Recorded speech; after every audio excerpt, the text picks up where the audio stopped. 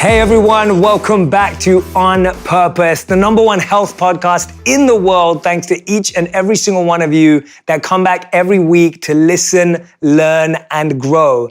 Now today is a very, very special episode of On Purpose. Not only is it the first episode of season 3, not only am I sitting down with the one and only Will Smith, but today we're gonna dive in to the mind, the heart and the soul of the man behind the movies and the music, and my dear, dear spiritual brother and friend. So, Will, with that, without any further ado, I just want to say I am grateful, I'm humbled, I'm so happy to have spent so many special moments with you over the past year. This sounds romantic now. My wife's gonna get worried again. But I mean it, man. She's like, you've been spending a lot of time with Will. Yeah, she's never felt uncomfortable about my relationship apart from with The only time she's doubted me is like, oh, another trip with Will. That's what this time she came along. We certainly have some pictures, waterfalls, glaciers. Yeah.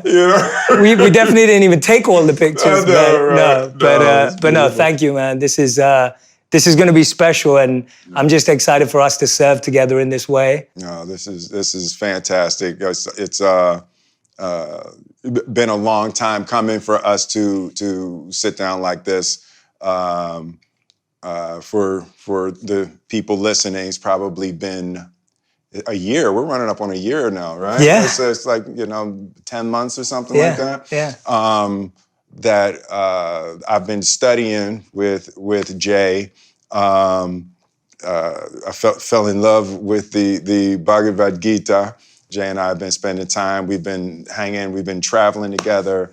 Jay has really been the catalyst for this next phase of my life. We have committed to one another in a brotherhood of service and support, and we've been. I guess we've been in the gym. We've been in the soul gym, working out for the past 8 months, and this is our first time, doing anything that's public facing. So I'm excited to talk about what we've been working on, and Jay's been working with my family pretty much every day. A new Smith starts to study with Jay. Beautiful and also our teacher Radhanath Swami. So it's been a beautiful year. And I'm very excited to start talking to people about what we've been studying and learning and doing together. Absolutely, man. And I also want to say too, I think it's rare where you get to sit down with someone that you've got to know intimately and closely. Mm-hmm. And also when you sit down, and I've probably watched, I'm trying to think, I think I've watched every interview you've ever done, over the years. Before I met you, when I met you, and I'm always talking to you, I'm like, oh, I remember you said this 5 years ago or 10 years ago, you were saying this. And when I'm sitting down with you now, I'm thinking, I remember the first time I properly met you was at Willow's birthday a few years back. And everyone was it was Willoween. Yeah. So everyone was dressed in costumes and stuff. So I didn't even know it was you. Mm-hmm. And then you had like the Zorro kind of mask over your eyes. And so it was a big person. I was like, oh, maybe that's Will, maybe that's not. I didn't know. And then you lifted your mask off.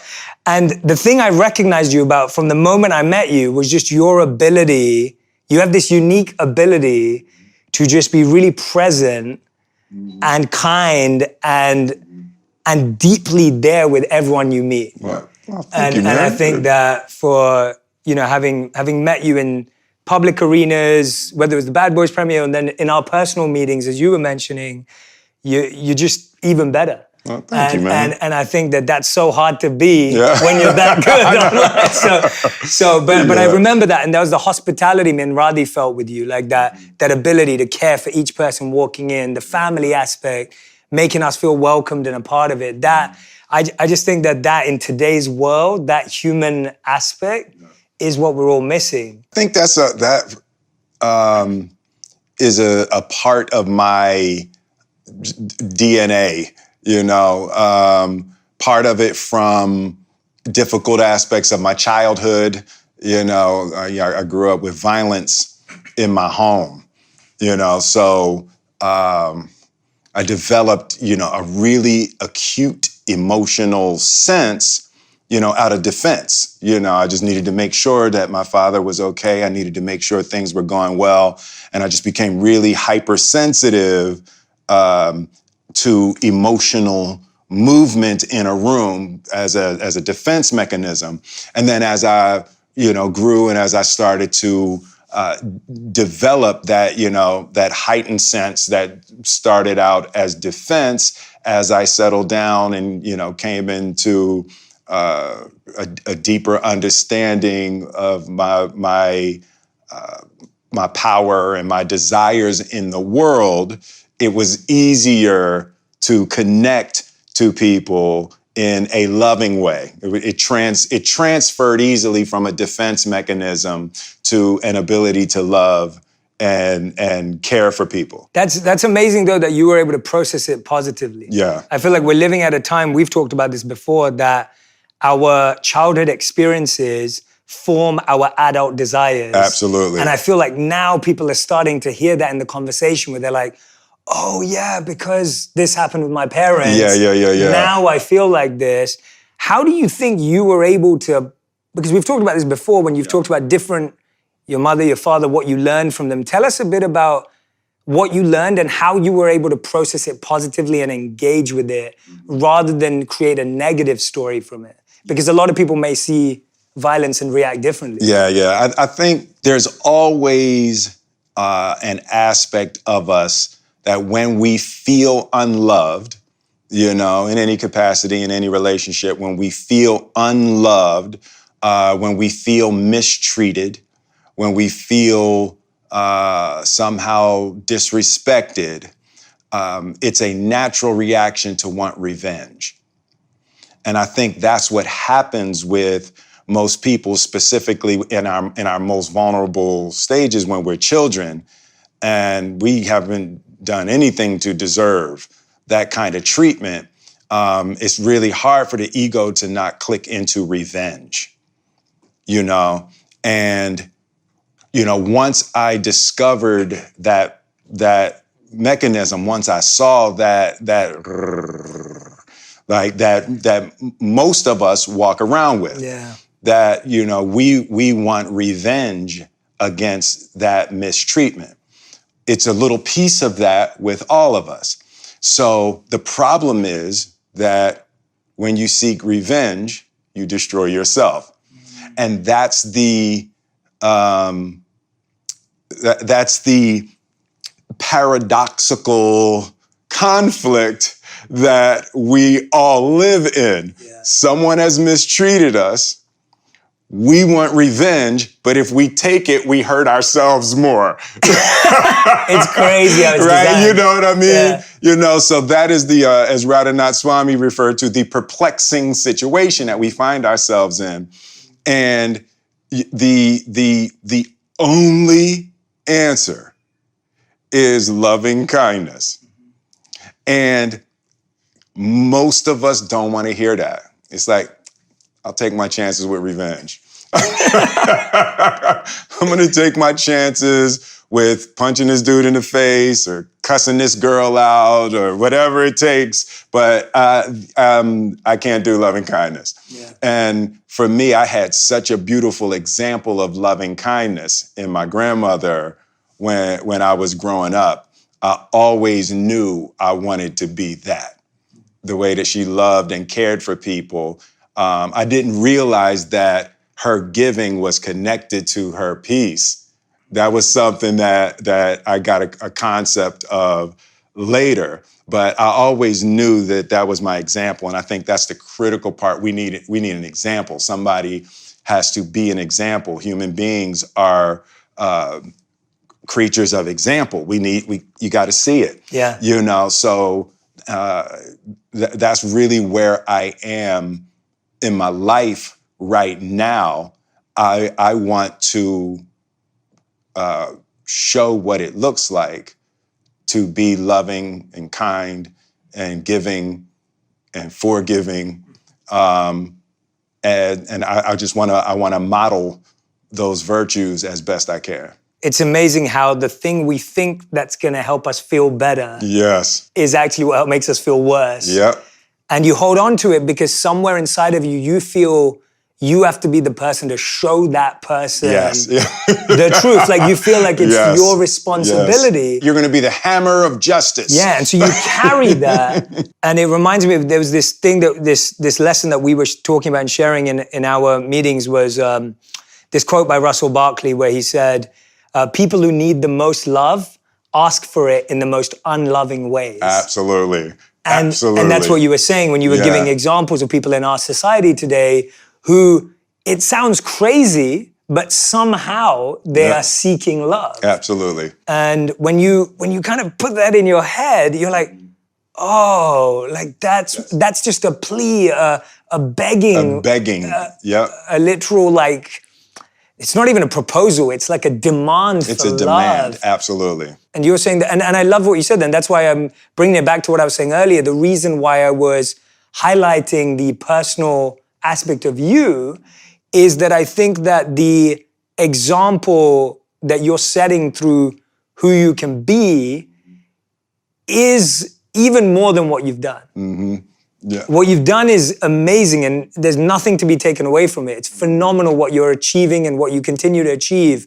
But being able to do that with a loving heart, that must be, I mean, how does that feel internally? Does that also feel that way or no? Are you like, no, Jay, the success feels way better than that, Jay. You don't get it. But we had that conversation and there was a real period in my life that I had to struggle with. We can win or I can be nice. Pick one. Right? And different people pick different things. Right. For the type of material world climbing, that I did for a big chunk of my life, it was military minded. We're going to get that flag to the top of that hill and you are going to help or you're not going to be here. Right? So that's one mindset. And then after I got the flag to the hill a couple of times and kept getting the flag to the hill and realized that you don't feel good and you've scorched earth, around you and you're like, nobody's really happy, and then I started to have to question that mindset. I had one of the greatest runs in Hollywood history, that 8 #1 movies, all over 100 domestic, biggest global movie star, all of that, and my family was miserable, and I had equated winning with happiness. Right? It's like, we're winning. What is y'all problem? And the transition from product focus, like military minded, get to the top of that hill. And then I shifted into a mindset, and it was really my kids who brought me out of that. I shift into discovering, like, well, damn, people really care about how they feel, right? And as crazy as that sounds, like, my father wasn't concerned with how I felt, he wasn't concerned with how he felt. He was military minded. You achieved the mission. And there's 2 possibilities. When I give you a mission, there's 2 possibilities. 1, you complete the mission, or 2, you're dead. Right? And that's what my father was saying. I grew up with that. Oh, cool, right? I actually had to discover feelings, right? And start, like, I used to have to really focus on, okay, how's this person feel? How's this person feel? Not what do I need them to do? And not they're wasting our time right now and we're losing time and we're going to not finish this mission, right? But there is a balance between the mindset of achieving and loving kindness that at this point in my life, I've actually discovered the magical balance, but it's really hard to get people to let go of the attack and defend achievement mindset and trust the care and concern for your fellow humans as a way of creating higher production. Yeah, yeah. I hope everyone who's listening and watching right now is taking this in, because I think what you're painting is a very transparent, honest picture of our minds. Yeah, yeah. Like, I can relate to what you're saying. So I can relate to times in my life where I've been so about winning and success and numbers or whatever it may have been. And I know I'm not even becoming the person I want to be in that process, and I don't even like myself. But because you're choosing to like yourself because of what you're achieving, you're finding a new way to like yourself, but not over who you really are.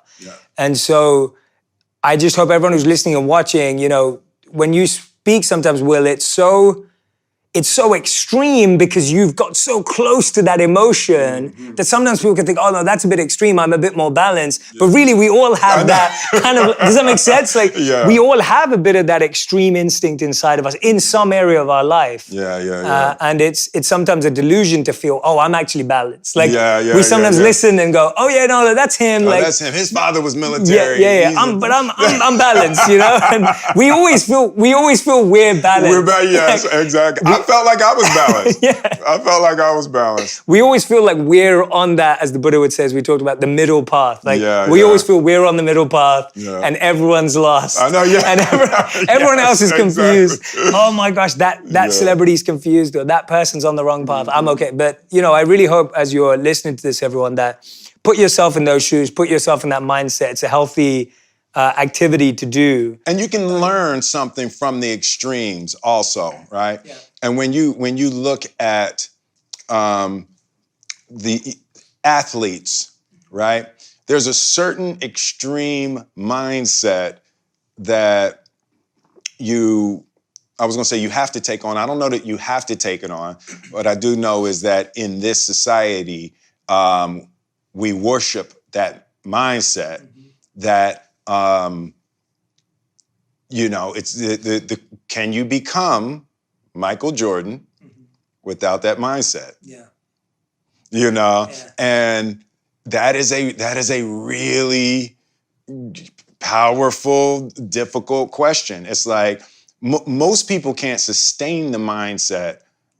That, you know, fortunately, because it can be so destructive, but most people can't sustain that level of discipline to manifest the things that they want in their life. And there's a poisonous edge to that kind of discipline. And I've been to the edge of that kind of material world discipline in my mind.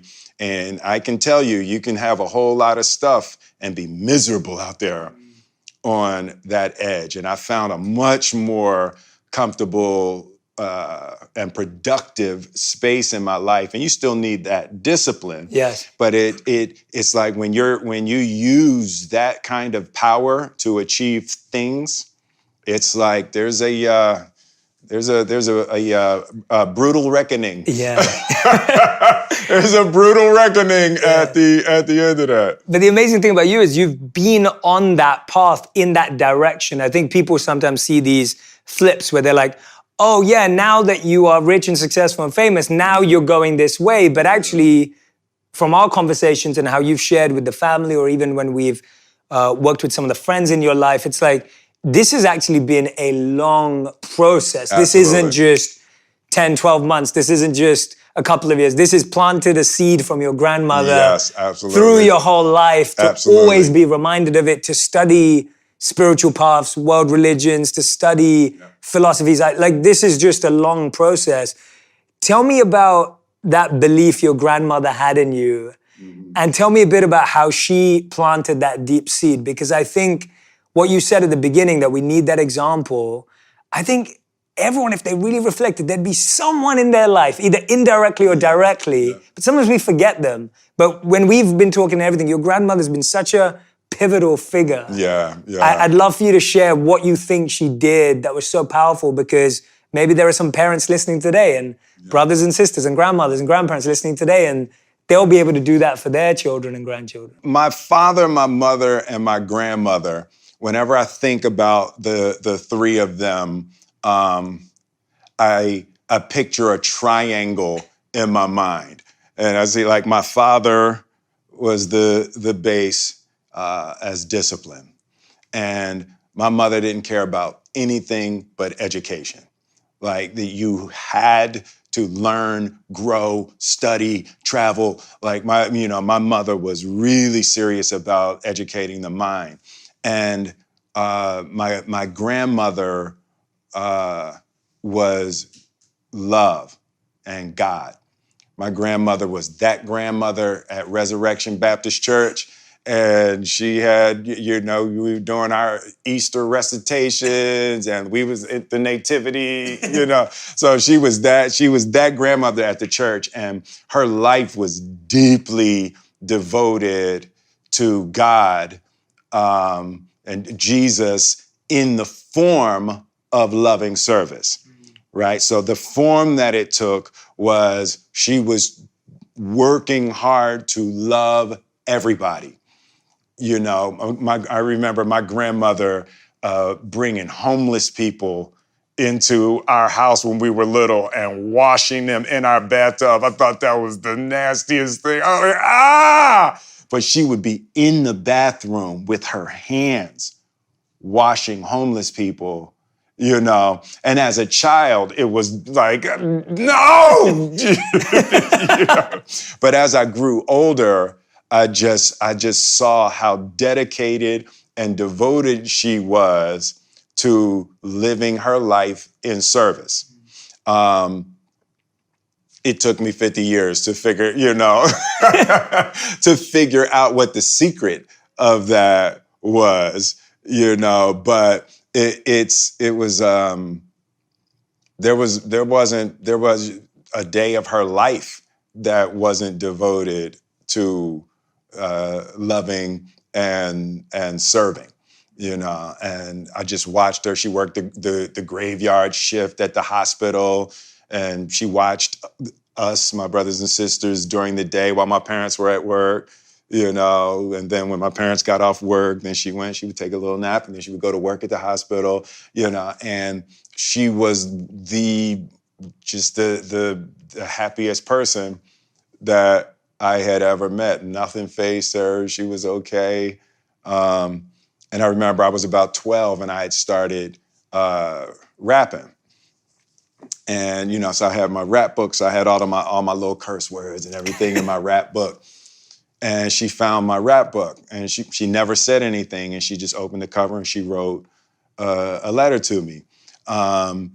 Dear Willard, truly intelligent people do not have to use words like this to express themselves.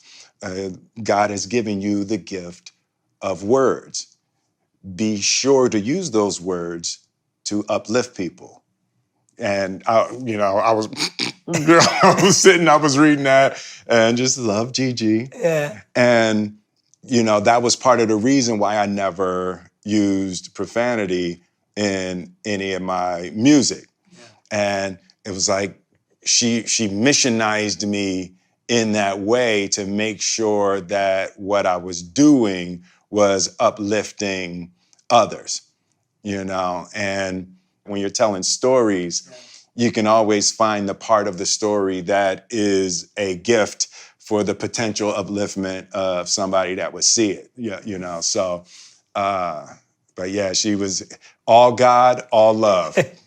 I love that, man. That's such a beautiful story. I hadn't heard that one before. Oh, we hadn't talked about it? Yeah, we hadn't talked about that one. When your grandmother finds your rap book and you got curse words in it, it's a bad look. It's a bad look.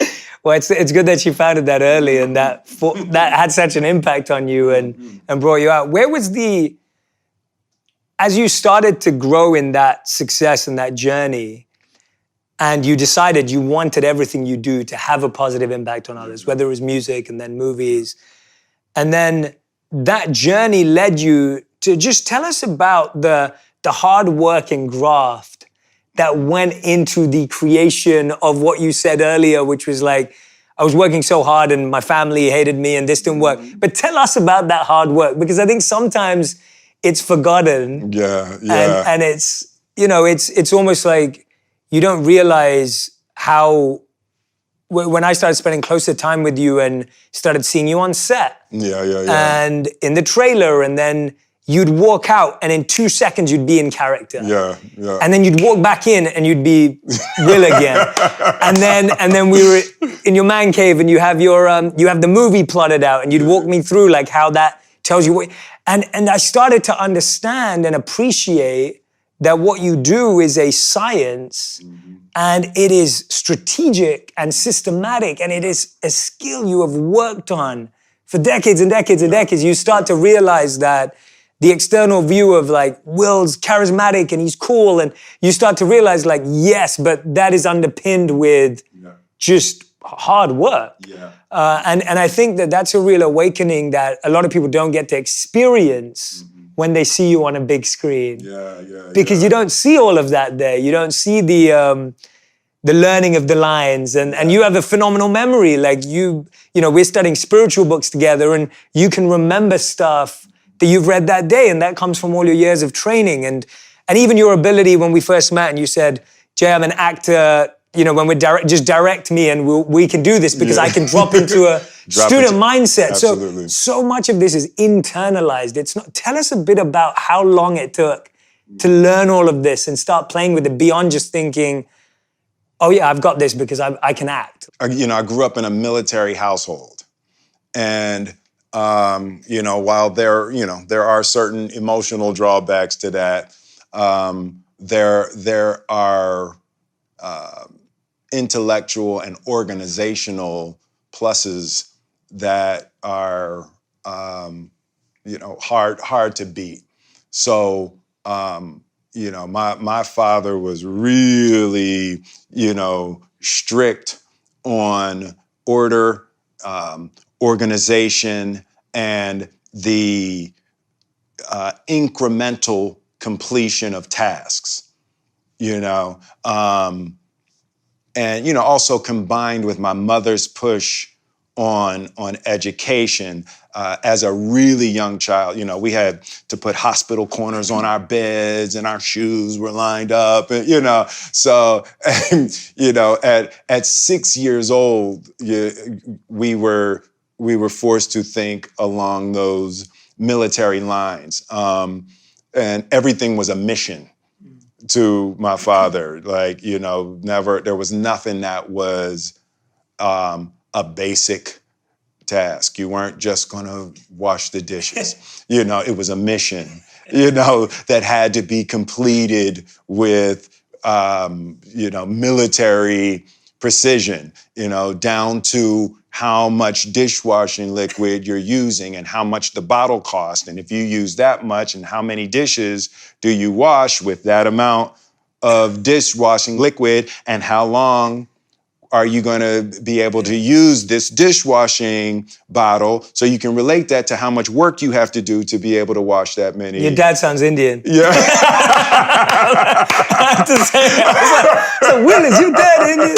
It's like, wow, that is intense. Yeah, so it was really, his mind was like that, and I took, we always take the things we hate the most from our parents. But, from that, the gift of structure and the gift of breaking tasks down, you set the goal, but the breaking the tasks down into smaller, manageable pieces was a thing that I came out of my childhood with. For example, you met JL. Yeah. So I told when I said I wanted to be the biggest movie star in the world, and I was 18 or something. I haven't met him yet. I know you're talking about. I haven't met him yet. Yeah, I know you're talking about. Yeah. And I said I want to be the biggest movie star in the world. So the first thing that we did is we looked at, okay, well, what are the top 10 movies of all time? Because if you want to be the biggest movie star in the world, you're going to have to make the biggest movies in the world. So we said, well, what are the top 10 movies? So we looked at the top 10 movies. We said, well, what are the patterns? What are the patterns in the top 10 movies? And at the time, 10 out of 10 were special effects movies. And 9 out of 10 were special effects movies with creatures. And 8 out of 10 were special effects movies with creatures and a love story. So, that's where the bent for me towards sci-fi movies came from, the recognition of the patterns of sci-fi creatures and a love story. So that became what we were looking for with everything. And then Independence Day was a no-brainer, and then Men in Black was, behind that. Yeah. And it's that kind of systemized algorithms. Yes, yeah, right, exactly. Yeah, Looking for what is the pattern, and that's one of the gifts my father stuck me with coming out of childhood. Yeah, this is one of my favorite parts about talking to you, because of this ability to turn those into gifts. Yeah. And I want to just emphasize that point to everyone who's listening and watching again, because I think we're living in a time right now where there's a lot of bitterness towards parents and what we received, and rightly so as well. Like, some things are, quite hard to deal with, that level of trauma, etc. But at the same time, when we start looking at our lives this way, not in a fake way or an ingenuine way, but really start to process some of these things, to see the powers that it gave us. Absolutely. All the superheroes that we all love in sci-fi movies, they all got their powers from bad things that happened to them. Exactly. Like, no one ever had something good happen to them. And then they, like, for Spider-Man, he got bit by a spider. For this person, got abandoned by his parents. Like, all the superheroes we all love and worship all got their powers from something bad happening to them. It's really difficult to say that to someone in the middle of the throes of a traumatic experience. We've talked about that, right? But, from sitting on this side of the experiences that I've shared, in my life and in my experience, there's no such thing as a bad experience, right? There's experiences you don't like. And they hurt. Right? But to define something as a bad experience, for me, has not been true. Everything that's ever happened to me in my life that at the time was deeply traumatic and debilitating. There's been only 2 times in my life when I contemplated suicide. Wow. There's been 2 times in my life. And the once was when my mother and father separated, when my parents broke up, and I was 12, and that was one of the only serious times in my life that I contemplated suicide. But even out of that, as I look back on that, the pain of that experience cultivated devotion in my life to my family, and I just never wanted to have my children suffer that. And of course, I got divorced from Cherie, so I was recreating that situation, but it woke me up in a way that forced me to try to connect with my children. So the negative experiences, or the things that were awful at the time, there's always the other side of the coin. And in my experience, I've cultivated only positive things out of the most negative experiences of my life. My father's death, and the 6 weeks up to my father's death, was probably the most formative time in my life. And as painful as it was and as difficult it was and all the stuff that came up during the time, it was a powerful, formative, positive experience in my life. Tell us a bit about that, if you don't mind, about Yeah. why you felt it was formative. And because I think a lot of people go through the loss of their parents, and we've talked about this, like the idea of like sometimes people regret of what they did or didn't say to their parent, Yeah. or maybe what they expected of their parent. What was it that was so powerful that allowed you to feel that way about that moment? Because I got a gift that some people don't get, and it was that the doctors told us he had 6 weeks to live, right? So, and then he lived for 4 months, right? So I got a warning. So most people don't get a warning. You just get the call one day, and you just didn't get a chance. And when I found out that he was dying, it just, by the grace of God, was in the middle of the shooting. I was doing a movie called Collateral Beauty, and it was about a guy dealing with the death of his daughter. So I was into the Tibetan book of living and dying, and reading all the, was it Elizabeth Kubler, just reading all this stuff about death. So I've been programmed for 6 months, and I had read and studied all these books about death and grief and dying, and then I get the message, and I was like, I sat down with my father, and of course I had all of my traumas and all of my issues and everything with him, but I had also I've 6 months of programming of all of the things that you're supposed to do, to prepare yourself for the death of a loved one. And so I sat with him, and we talked about everything. So I said everything that I wanted to say, and we got to those 6 weeks. And when we got to those 6 weeks, we were clear. But then he lived for another 3 months. So what happened was every meeting, every time I saw him, I was flying back to LA, but every time I saw him, was like, oh, thank God. yeah. And then every time we said goodbye, we made sure we said a good, thorough, full goodbye, because we knew at any moment it could actually be the last goodbye, right? But the lesson was, it's always like that. When we say goodbye, we can't know if this is the last time we will ever see. You should never greet someone casually or say goodbye to someone casually.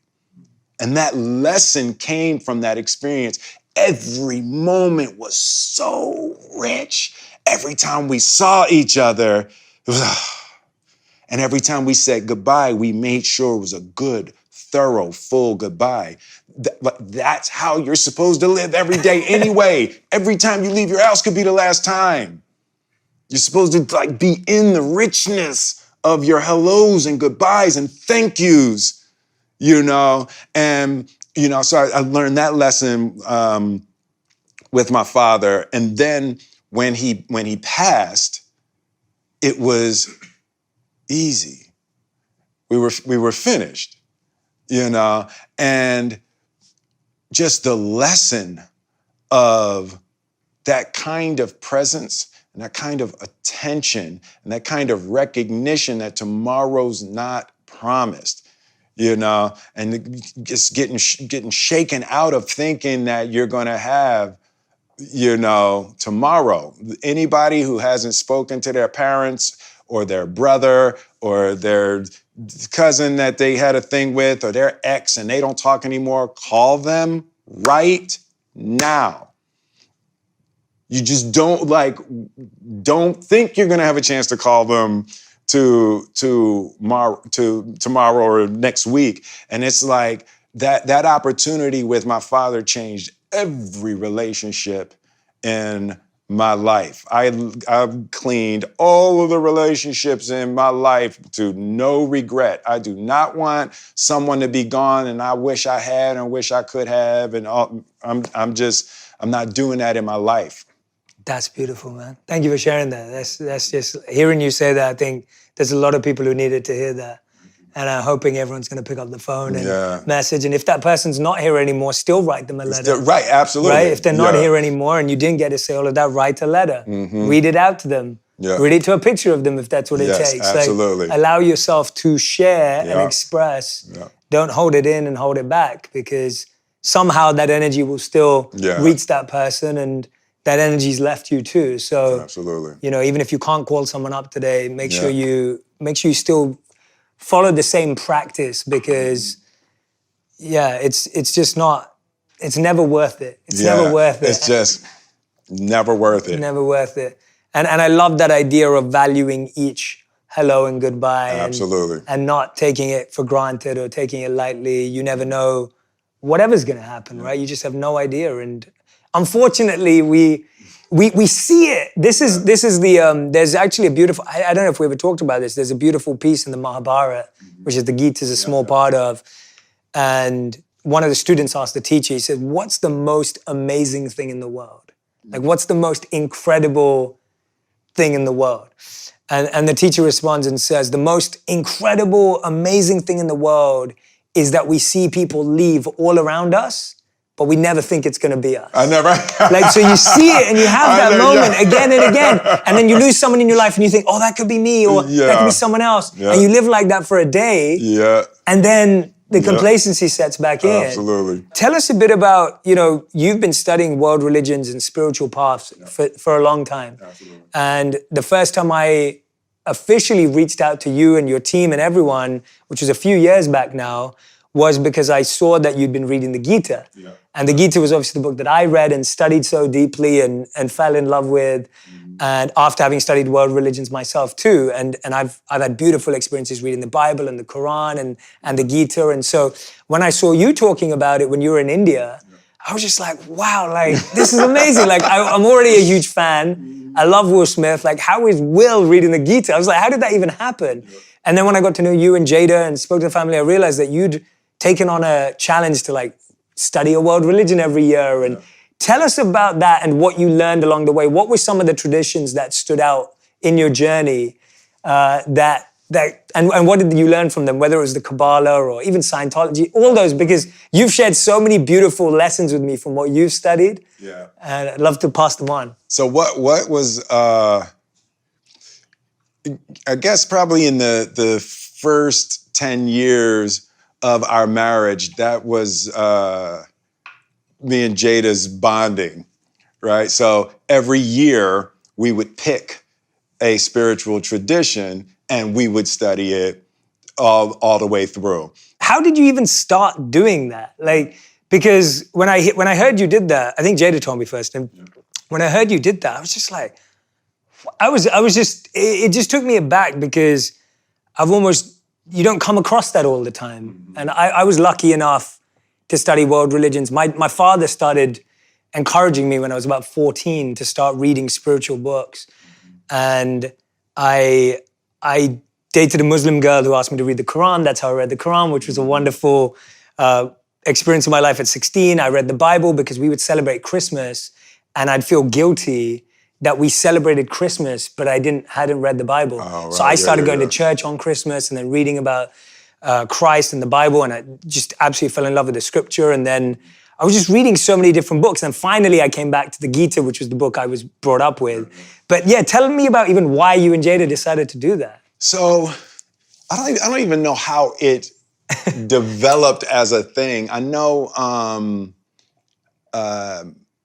when we got married, we were trying to decide, you know, what church we were going to get married, and were we going to get married in Baltimore or Philly, and who was going to be the priest, you know, and you know, so Gammy had a different religious background than Gigi, and all, you know, so we were trying to figure all of that kind of stuff out, and Jada didn't want to do any of that. Jada wanted for she and I to go to a mountain, you know, and, you know, pledge our love and devotion to one another, to God, without, you know, she felt like we we weren't going to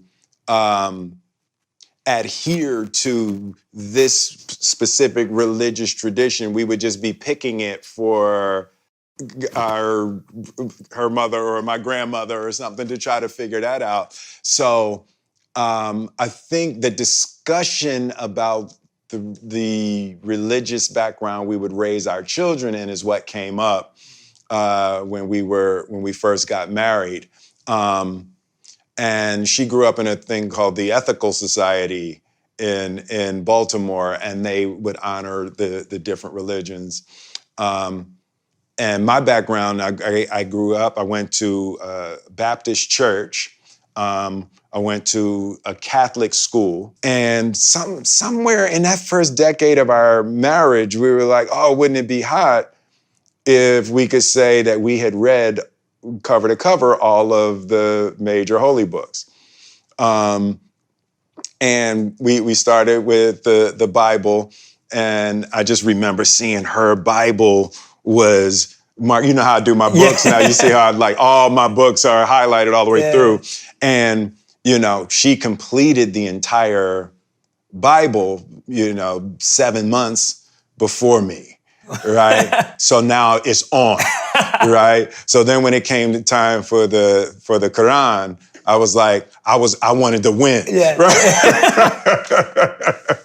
But, so we would take a year and we would study all of these traditions as really as a way of the two of us bonding spiritually and intellectually around the concepts. And, we went through Kabbalah and Scientology. And really what was happening is every time I would meet someone who was of a different tradition, I would allow that person to introduce me to what their tradition was.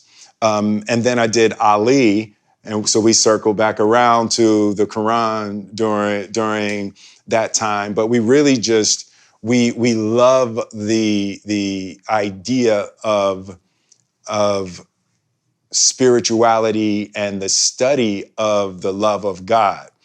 And we don't necessarily believe in organized religion. We believe that the organizations kind of jump ahead of the spirituality.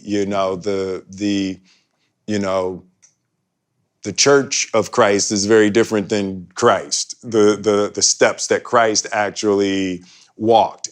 So we started to notice those kinds of differences, and we really just wanted to find the truth. What is the truth? And you see how my whole family dives in. The kids are doing it now, with the Gita. And it's really just trying to find our way, in this world. Yeah. And I love that. And I was so fascinated by that myself because I saw that within myself. Mm-hmm. And so when I saw it with you and the family, I was so drawn to that because I think that a lot of what we're trying to figure out in today's world has been suffered for long enough in an internal way that when you're diving into these books of wisdom, there's just so much there to unearth because people have been through the same challenges for decades and decades and decades. The problems have already been solved. Yeah. and lived for long enough. And solved, Yeah. And at the core of all of the spiritual teachings that I've ever studied, at the core of all of the ideas, how you treat your neighbor is central, right? Yes, absolutely. Yet somehow people manage to twist, in all faiths and all backgrounds. Totally. People do unto others as you would have them do unto you is very clear. Mm-hmm. If you ask yourself that question, well, in this situation, how would I have them do unto me? And you did that, you'd never have a problem. Yeah.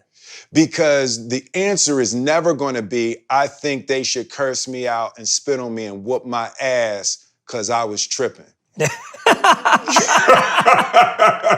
It's like, you just, you know, I mean, I guess somebody maybe. No. I think you're right. I think you're right. If I were in this situation, how would I want them to treat me? Yeah.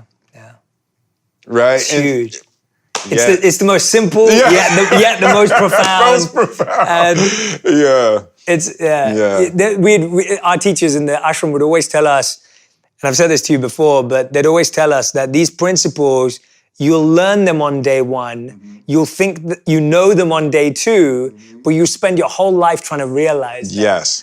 And that's the challenge with us, that we take what we learn on day one and what we know on day two to be like, I already know that. Yes, exactly. And then the teaching doesn't, what I love about what we've been doing is like, the teaching gets to like reveal itself to you. It's like, it's always opening up. It's like a lotus flower. It's always blooming. It's not like, oh, it's open now, it doesn't matter. Yeah. It's like always opening up to you. And if you give it that time and patience, then you can truly see it grow and bloom into something. But if you just try and force it open, it just, I mean, you know, if you forced a flower open, it would just break. Yes, and that's what happens.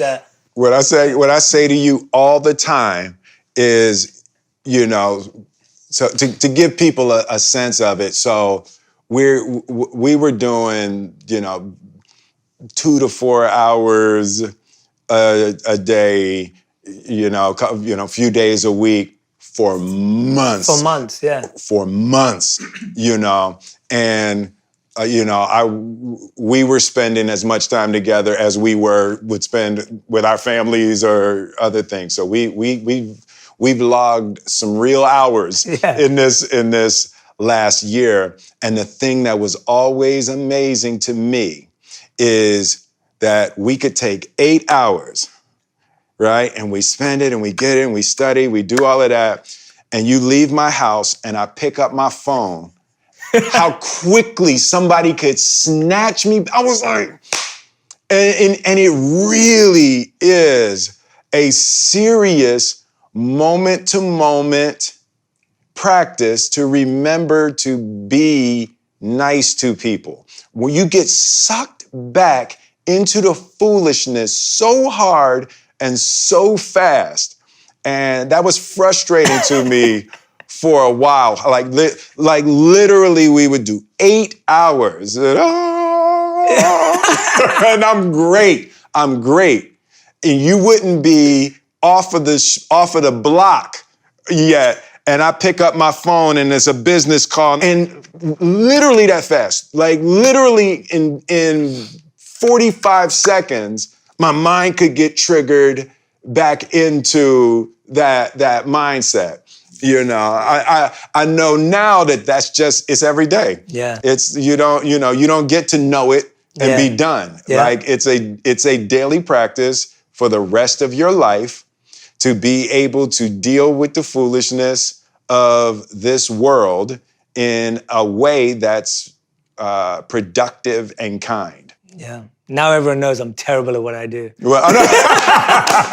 It's like, as soon as you have to do it, it's like, oh wow, like, Jay, you're really bad at this. It's like, oh, Jay, you should have left Will with a little more girth than that. I know. You can't even last 2 seconds with that. That's terrible. Well, you're working with years of sediment, you know. All of us, lifetimes, like the conditioning is so strong. Yeah. And it's almost like when we start to do the work, you're walking into a garden full of weeds. Yeah. So all the flowers are covered. All the beauty of the garden is covered in weeds. And so you're cutting down the weeds. But because you've been watering the weeds for so long, they keep growing back. And so you keep cutting them down and they keep growing back. And it's the example, the analogy of the mirror that's given in the Vedic tradition around how when you walk in and you try and clean a mirror that hasn't been cleaned for lifetimes, it's dusty. And so when you start cleaning it, the dust comes up in your face and you're like, I can't see. I can't see. And that's what we're all going through. And when we start realizing what you just said, the day to day, it's like if all of us said we want to plant, I keep using gardening analogies, but it's only because it makes so much sense. I feel because we're so disconnected from nature, our mindset has become instant and our mindset has become now. Whereas when you watch nature, nature's never instant. Yeah. Like, I call that hunting versus farming. right. Everybody, Okay. Go ahead. Yeah. Hunting versus farming, where people let's get it, let's get it and eat, right?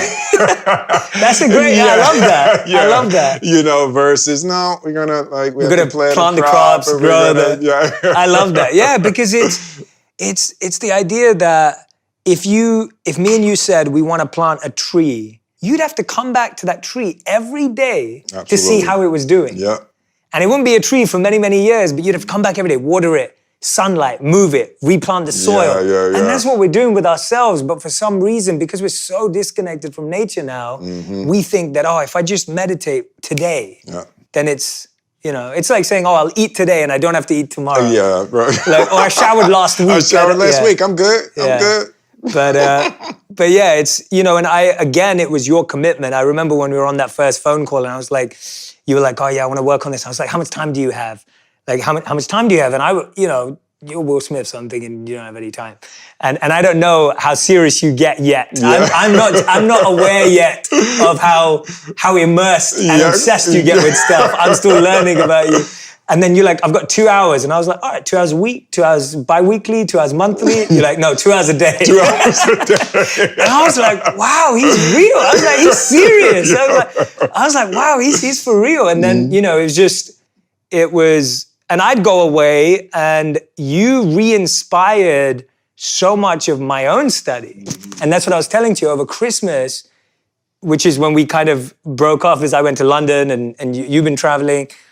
It's like I spent the whole of Christmas reading myself for 4 to 8 hours a day, meditating again. That's beautiful. Because I felt I had to be more to give you more. That's beautiful. And I think that was such a gift you gave me where I fell back in love with what I fell in love with years ago. That's beautiful. Because of the work we were doing. Yeah. And because when you're answering someone's questions, you have to read deeper and think more and reflect more. And so for me, I went away from those meetings going, gosh, I better start reading more. That's what's so beautiful about sharing something like that together. It was great when with the Radhanath Swami when you told him that you were going to be working with me, and I just loved his response. He said, "Oh, that is so great. You're going to get to teach all of the things you need to learn." Yeah. I remember I was just telling him, I was explaining to him how sincere you are, and I was like, he's so serious and he's sincere. And that's what he came back with. That's when you know you got a good teacher. He knows how to squash your ego and make you realize how small you are. Yeah. And it was beautiful because from that moment, that was my attitude when I was meeting you. I was like, I'm saying this for me. I'm saying this for, and that allows you to be so much more, just allows you to get out of the way. Yeah. And let the wisdom do its work. Yeah, that's so real. The central problem that has been the focus of my life and everything that I've done has been centered on having a successful love relationship, right? So I saw my parents when they were growing up, and I hated that my parents' marriage deteriorated. And as young as I can remember, 5, 6 years old, I wanted to be married. I wanted to have a family. I've never been the guy that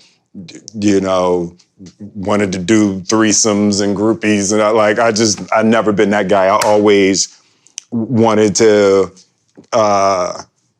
commit and have a single successful relationship. So the scientist in my mind and in my study of spiritual texts and things like that, I've always been looking for the secret to successful love relationships.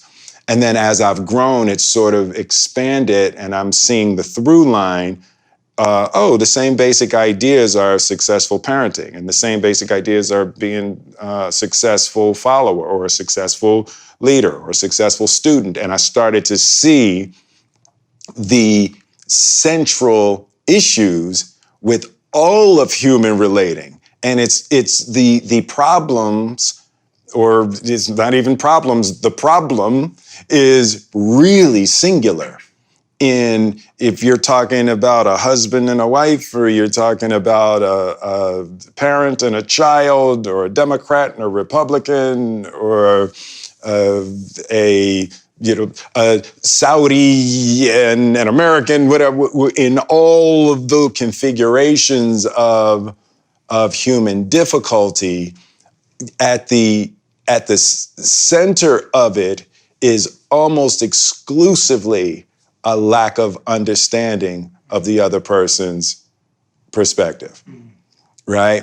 And it sounds simple, and it may oversimplify slightly, but the concept of ignorance, the concepts of ignorance and delusion are always the problem. Yeah. Right? It's always the center. If you have a difficulty with another human being, there's some point of ignorance and some point of delusion that are keeping you from being able... On both sides. On both sides, right? And the problem is you can only worry about yours.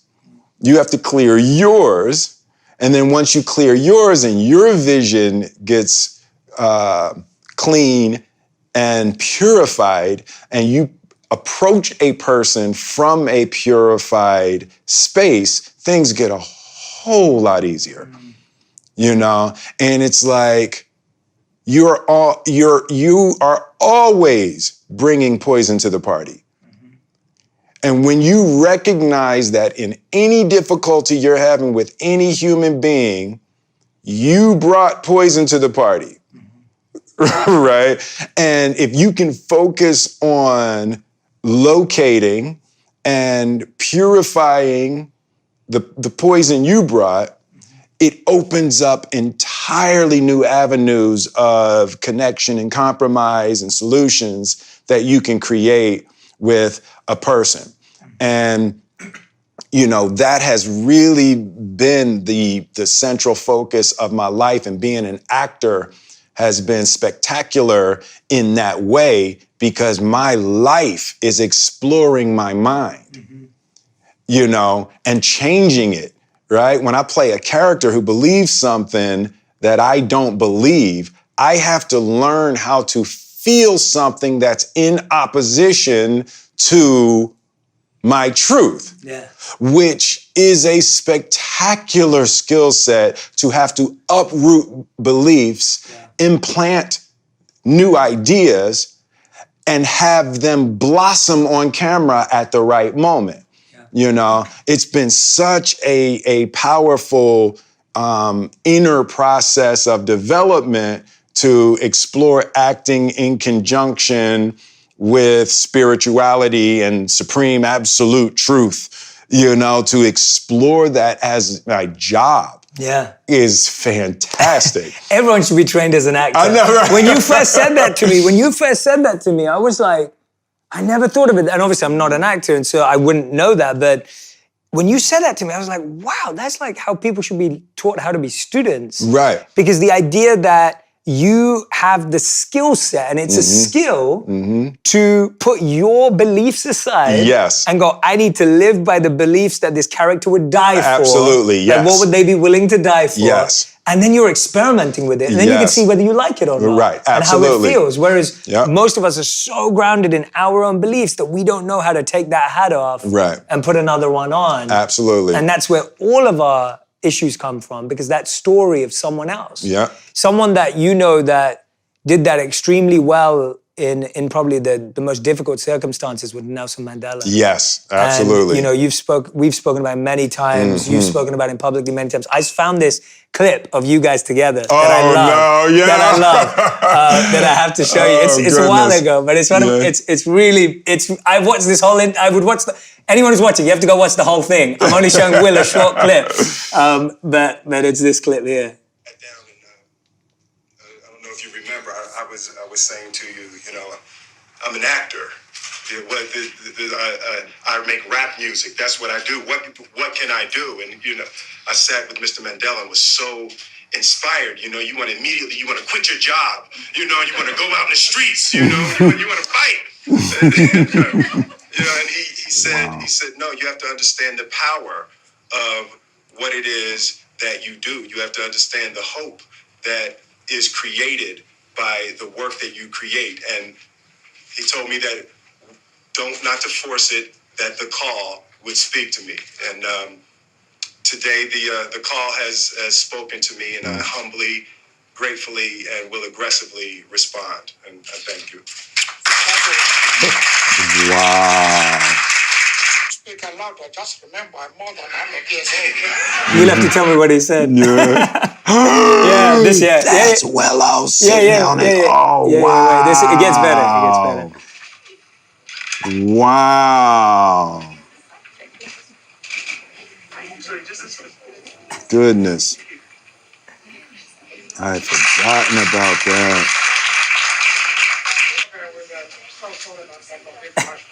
No. I'm so happy to have you.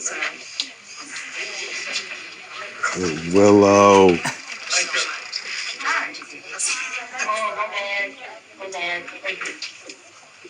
That was Jaden.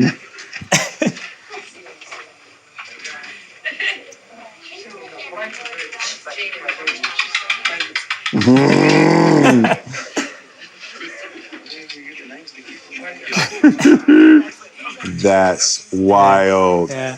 Wow. I mean, there are so many I could show you. That was the one I picked. Goodness. There were so many. That's fantastic. Beautiful clips of you two together. Yeah. No, that was one of the, I'm not a man prone to regrets, and we talked about this a lot, but that was one of the regrets. And I'm making my way back around to the ideas, and that's, part of our relationship and with Radhanath Swami. But I was sitting with Mr. Mandela. It may have even been that day. And we were sitting, it was calm. He just had this look on his face. And I said, what's that look on your face? And he was kind of looking, he was just watching people. I said, you know something that the rest of us don't know. He definitely did. Yeah. And he looked at me, and the look that I recognize now was, he said, oh, right? That it was like, that's the right question. And he said, if you come spend some time with me, I'll teach you. And somehow I was just felt so unworthy of that. He reached out to me every year before he died. And, he said, I'm an old man. You need to come spend some time with me. And I just felt unworthy, and he wanted to teach me what we're studying. He wanted, I've tasted a little bit of what he wanted to teach me. And the question is, how can you smile in this world? Because you're not going to change it. You're gonna do your part, but this world is chaotic, and it's brutal, and it can be really unloving. And how do you do your part with a smile on your face? Yeah. And it was really beautiful. One of the few things, not even, I know things happen in their time, so it's not a regret, but it's like regret. Well, I always say to you that it's first of all, it's actually a very the fact that you didn't go because you felt unworthy is a, at least from the traditions I've studied, would be considered extremely good spiritual qualification for learning. Yeah. like when we think it's weird, like spiritual life is like it's teaching you self-worth without having low self-esteem. Yes, yeah. But it's and you said it once in an interview speaking about Nelson Mandela, you said like, you know, it's like being in his presence made you realize how small you were. Yes, yeah. But how big you could be. How big, yes. Right? You said that. Absolutely. And when I heard Damn, you say, I said that? Yeah, you I'm said. gonna start saying that again. Yeah. That's good stuff. Yeah, you said that. And it was, when I heard you say that, I was like, that is spiritual self-worth. Like, we live in a world today where self-worth or self-belief is all like, I'm the best, like, I own this, like, I'm worthy of everything. Like, of course Nelson Mandela wants to spend time with me. I'm Will Smith. Like, that's material self-worth. Yeah. But it's fickle and it's boring and Yeah. it's so, it has no base to it. It's baseless. Whereas that feeling of like, when, as you said, that when I'm with him or when I was around him, I realized how small I was, but how big I could be. Yeah. That's spiritual self-worth. Yeah. And I think people often confuse humility with weakness or with low self-esteem. Like, oh, Will, you must have had low self-esteem. Right. But it's not. It's just the idea that I still have to evolve a little bit to feel like, and you know, to deserve his time and attention. Yeah, and because you had that, I feel, you know, you've continued in your way to find the, and he's still involved in your life. I think that's the beauty of it. If someone loves you that much, they don't stop, like your grandmother, she didn't stop being involved in your life. Absolutely. And I've felt every time you've spoken about him, that you've brought him into my life just by speaking about him. And now into everyone else's life even more. And you know, I'm sure, you know, obviously I can't speak on his behalf at all, but all I can say is that his energy is still in your life for sure. That's real. He lives through you. That is real. Yeah, it's beautiful. But I want to talk about a few more things before I let you go. I could talk to you forever, and we do that, so I won't do that today. But I wanted to talk to you about when you mentioned, because I came back to this because this was the initial statement that was like, I need to get to know Will. And it was when you said that you were channeling your inner Arjun. Yeah. And you said that, and I was just like, what? I was like, it just, two of my worlds collided. I grew up watching Fresh Prince every day. I knew every pickup line. I used every pickup line because of you. I bought the bad boy suit. Like, you know, for me, it's like, that was my teenage years. That's genius. I watched Bad Boys for Life for the 7th time on the way here today to Dubai, because I thought I was like, it's offensive to watch any other movie.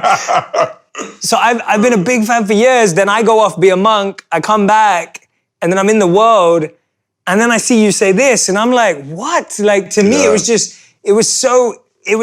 and obviously getting to know you after that has made me go, okay, God had a plan, and this is all, you know.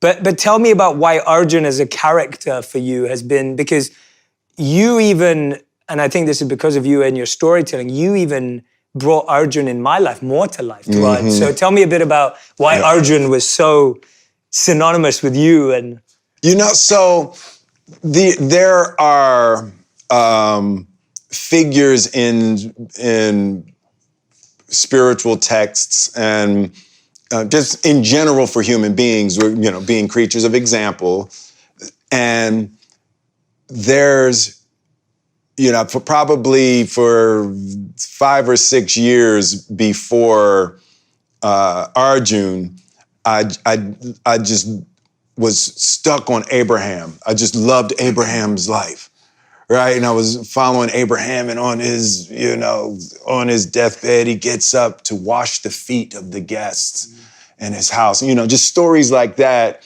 you know, just really stuck with me.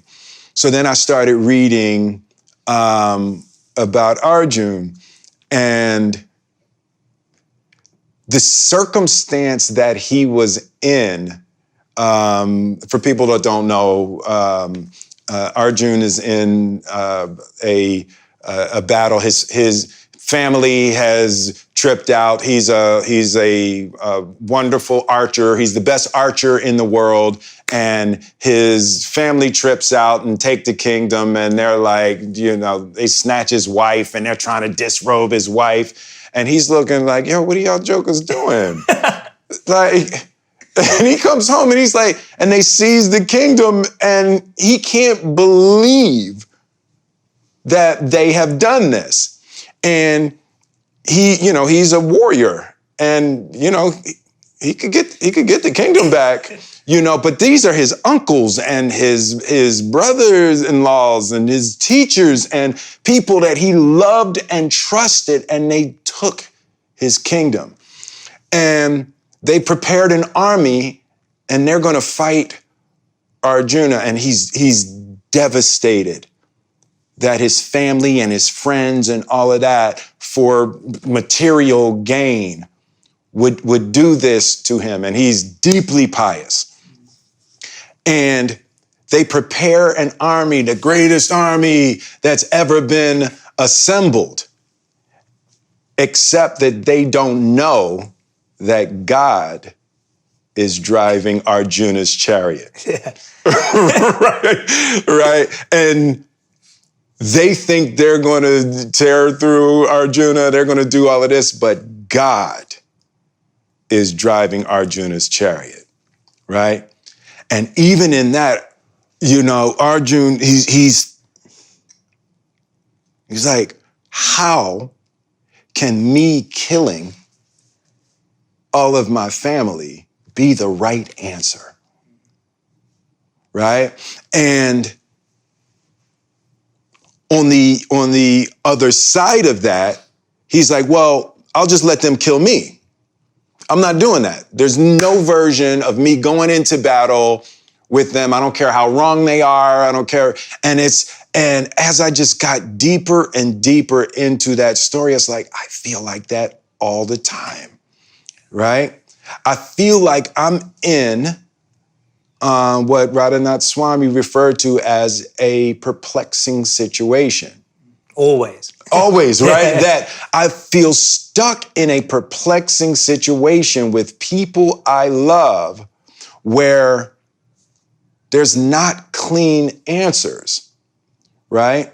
And I always feel strong enough, like if you want to fight, we can fight. I know how to fight, but how can that be the right thing, And I just really related to how the Gita handles those kinds of perplexing situations and recognizing that's what life is. You are born into a perpetual perplexing situation. And that it was the first time that I'd ever heard the spiritual idea like that life is a perplexing situation and you're never going to get around being stuck in the duality. You have to elevate above the whole thing, and the Christian concept about that I always heard and never understood fully. And my grandmother would say all the time, you got to let go and let God. Yeah. Right? Yeah. And it was like that. It just, the Gita filled in that concept of what it really means. It doesn't mean don't do anything. Yeah. Yeah. Let go and let God doesn't mean don't do anything. Yeah. It means do your divine duty, whatever that may be. And just for whatever reason, the study of the Gita at this particular point in my life really clarified a lot of ideas of how to move through a world where you almost can't do it right. Yeah. Right? And it's like there's God's playing a practical joke, right? And when you start seeing that there's a trick in there, and the Gita illuminated that trick for me in a way. I was like, how could I be the biggest movie star in the world, be the best at all of this, and how you not love me? Right? And, how was my family miserable? And it's like, that's the trick. Yeah. That's the practical joke. That's beautifully explained. Because it's the perception of the right reaction. Yes. That's where we get lost, is that for us, going back to what you said at the beginning, you were like, there's no such thing as a bad experience. Right. We're looking at the result Yes. of our activities Absolutely. as a signal of how well we're living. Yes, absolutely. And that messes us up because the result of your activities is not under your control. Yes, absolutely. And so if you're living your life based on the result of your activities being a signal that you're successful, right. You're setting yourself up to, absolutely. And all of us do it all the time. I was using Jada's reaction to my actions as a measure of the quality of my actions. Yeah.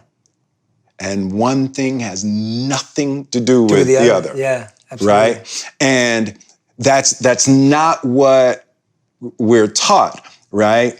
And the concept that someone's reaction to your behavior is theirs and your behavior is yours. And when you try to marry the two, when you try to use the outcome as a measure of the quality of your own being, that is the kiss of death. Correct.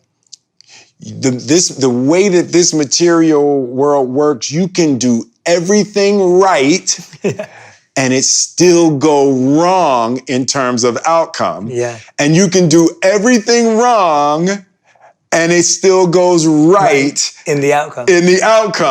The outcome is not connected to the quality of your behavior. And that is such a hard idea to digest.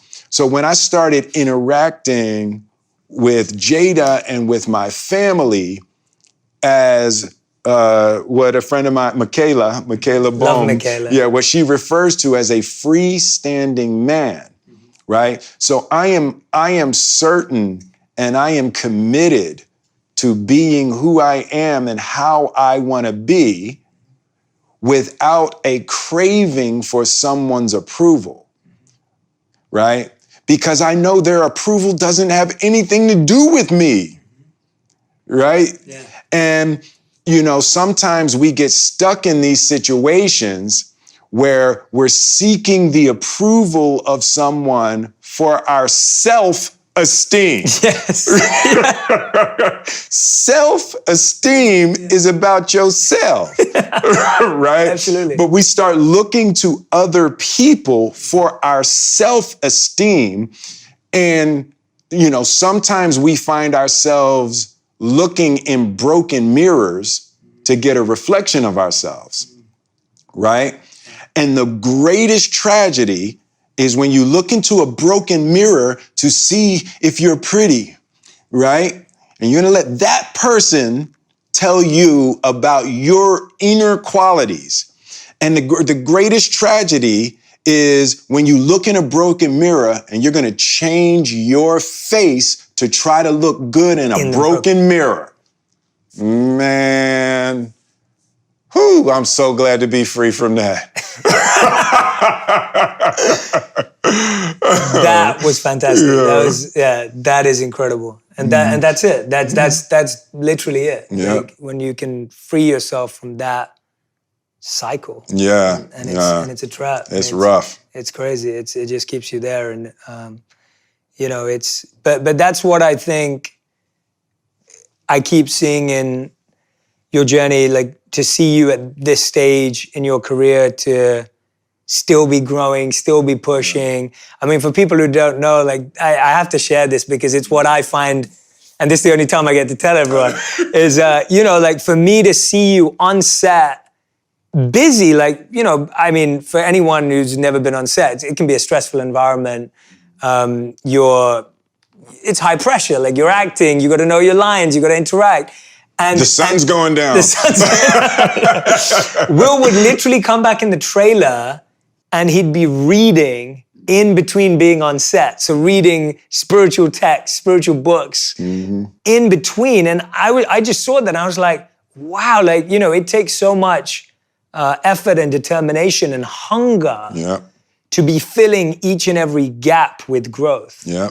And so for anyone who's listening to this podcast while they're driving to work, while they're commuting, while they're editing a video, however you're consuming this podcast, I want you to know, like, you're doing that same thing. You're committing to growth. Committing to growth. In your gaps when you could just be doing something else. Like, you could have been in your trailer, I don't know, doing what people do in their trailers. I don't know. I don't know what people do in their trailers. No, that's my past, Jay. Oh, yeah. I don't do that in my trailer no more. I'm in there by myself now. Yeah, or with me. Yeah, and we were, and just, I would see that dedication. And I think if, to find time in between when you're filming a movie and it's, big budgets and all this, everything, and your focus was here. Yeah. Your focus was here. Yeah. Even in amongst all of that, that was truly inspirational. And, that behind the scenes look at your internal journey has had such a big impact on my life. It's a no excuses journey. Yeah.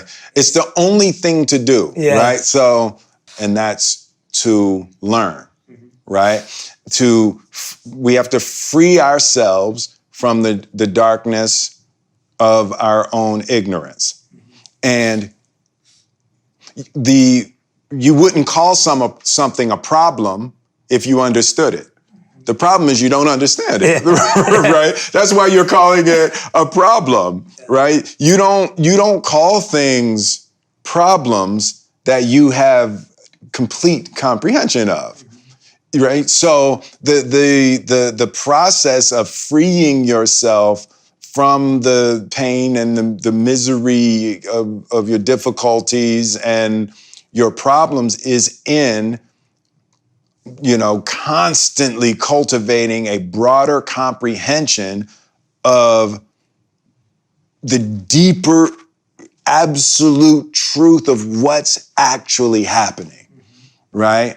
And one of the things that I learned is that if I feel bad, if I'm unhappy, if I'm upset, if I'm disrupted or disturbed, the only thing that could do that is my ignorance. That's the only thing that creates misery is you slip into a sort of hopelessness of not being able to figure it out. And I just, for me, I've gotten to the place that life is school, right? You're not getting the promotion you want at work. That's school.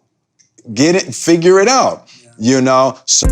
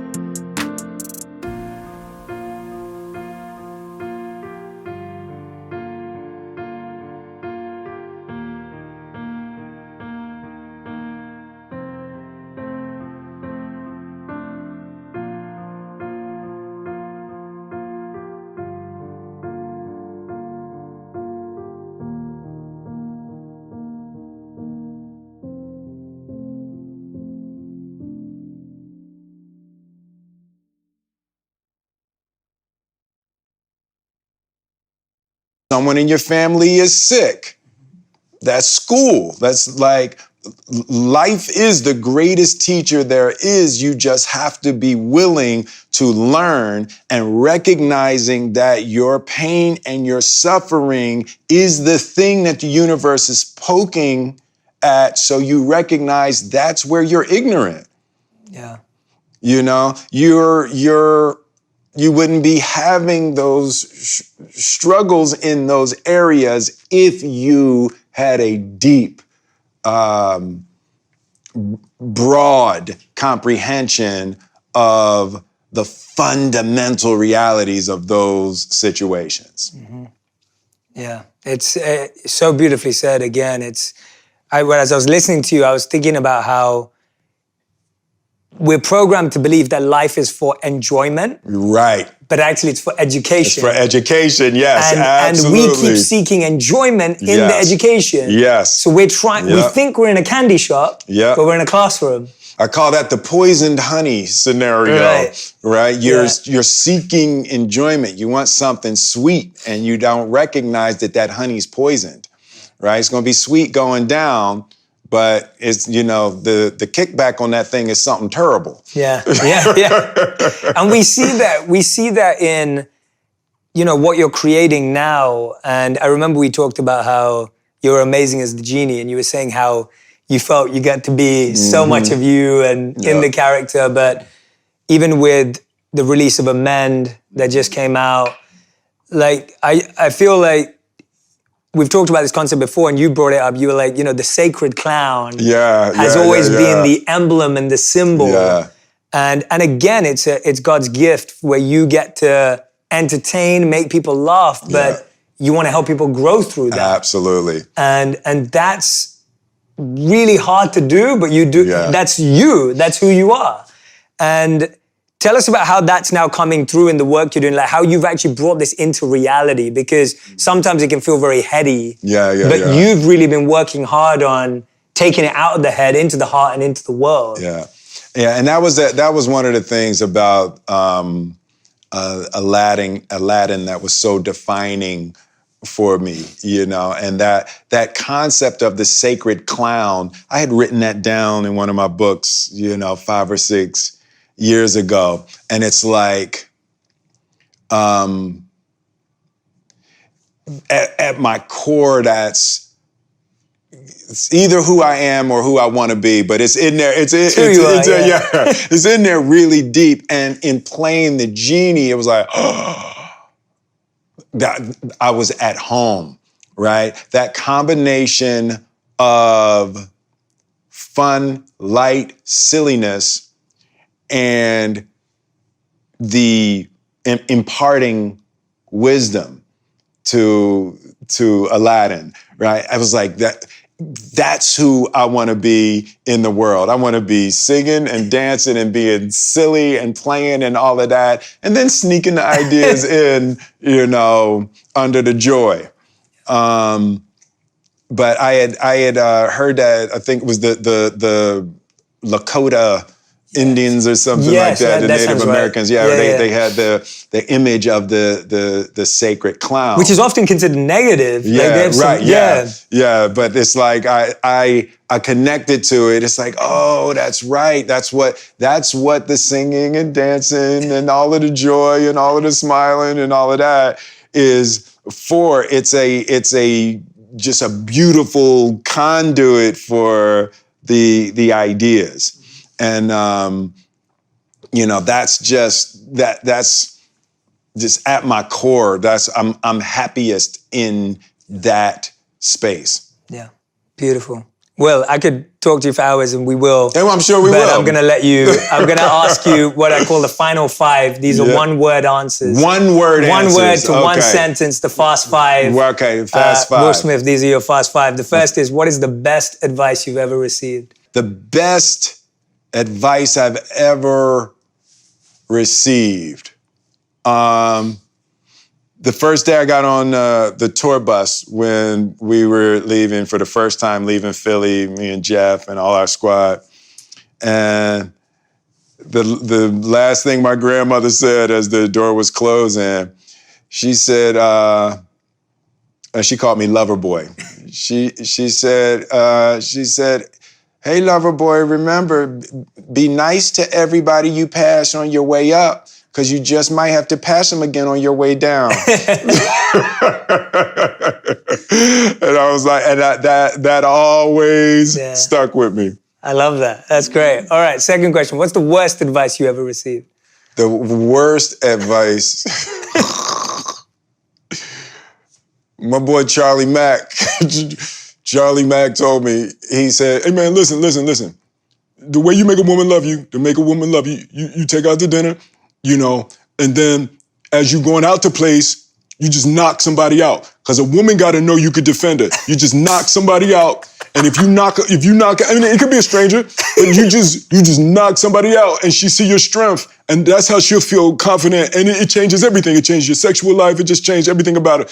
But you got to get them good and just knock somebody out." Did you try it? No. Yeah, no, I never tried. Oh, that's brilliant. I love that. Oh man, if you would have tried it, I never tried that. Well, I kind of felt that was bad advice in the moment. Third question. I have to ask you about all three. No, two of them.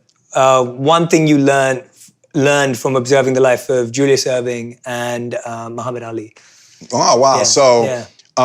So Julius Erving was like the man went right in the heart of my childhood. The 76ers won the championship in 1983 in a 4-game sweep of the Lakers. It was heaven, right?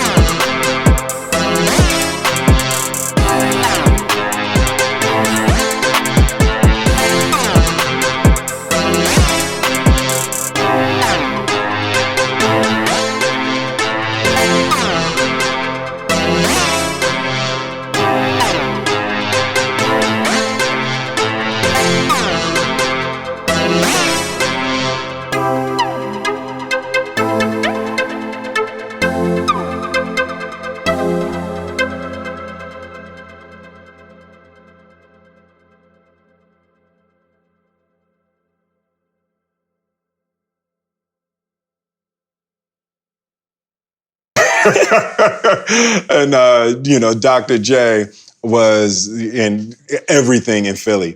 And I would say the single thing with Doc is he was always dignified. No matter what somebody said, no matter what somebody did, he got in one fight in his entire NBA career, but the idea that he was just perfectly still, and he was an exquisite, well-spoken gentleman. And that was the thing. He was a killer on the court. But he was just exquisitely elegant and peaceful, while at the same time doing the thing. And that balance of those two things I always thought was spectacular. I love that. That's beautiful. Yeah. And you said Ali. Yeah. You guys spent so much time together. There's some great interviews between you two as well. Oh, Ali was hilarious. One of the things, so Ali would just come to set, he would walk around, he would walk away and just get on a bus. We say, "Yo, where's the champ?" And he would get on a bus and just ride, a city bus, and just ride with people. No idea where the bus is going, nothing, no security, anything like that, right? And he was engaged with, people in a way I'd never seen anybody.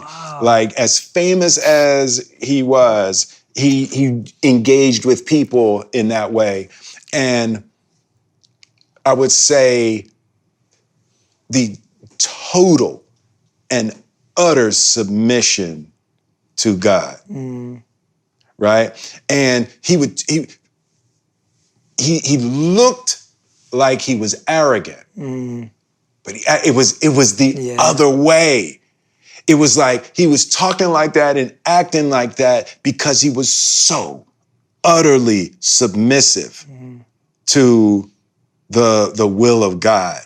And that combination, it just really inspired me with how I wanted to be with people in the world. And I asked him, I was like, Chan, why do you just walk away with people like that? And you know, he said, oh man, you got to let these people see you. He said, they ain't never seen nothing like you before. You got to get out there and you got to touch them so they know you real. People can't aspire to stuff that they don't think is real. You know? And it was like he was just so in tune with what he was, and the seemingly arrogant humility was a beautiful combination. I love that. All right, question number 4. What's the biggest lesson you've learned in the last 12 months?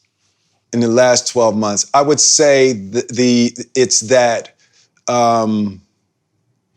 ignorance and evil are twins. You look at them and they look just alike, except that ignorance can be educated and evil is a much more difficult problem. And I would say I learned, fortunately, that ignorance is much more prevalent than blatant evil. If that makes sense. That's a great answer. Yeah, that makes a lot. I mean, that makes so much sense.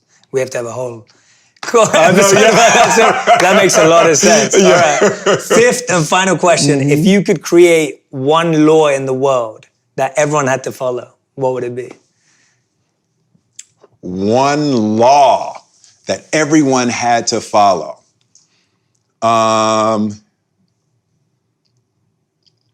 It would be that you have to repeat back what you heard the other person say before you're allowed to say what you think. That the law is you're not allowed to respond to what someone said until you repeat back what you heard, and the person has multiple opportunities. No, that's not what I meant. And until you repeat back accurately what the person said, you don't get to talk. That is a great law. I love that principle. It helps in every area of life. Yeah, because our minds go way off the deep end with what we heard somebody say, and our response. Well, first of all, we're not really listening because we already know what we want to say, no matter what they say, and we go really way off the deep end. I was shocked and surprised by how far we can be from what someone actually said to what we heard. Absolutely. Absolutely. Yeah, it's that broken mirror again. That broken mirror, yes, exactly. Yeah, I love that. Yeah. Will, is there anything I haven't let you share, or something in your heart right now that you're like, I have to say this, and you want to share it, but there doesn't have to be, but... No, not really. Just, and that idea, there was something that popped in while you were saying it, that's called the broken calculator, right? So, and it's about, human interacting, and that the ego can sometimes be a broken calculator in that, imagine the 7 is stuck down. So every equation you punch in is 7 equals 7 equals 7 equals 7 equals 7, right? So no matter what you say to a person, if they've experienced a trauma, and in their trauma, men ain't shit. men ain't shit. So that's the broken 7. So no matter what you say, no matter how you behave, it keeps coming up, men ain't shit. And getting our 7 unstuck is a really critical part of being able to interact with other human beings.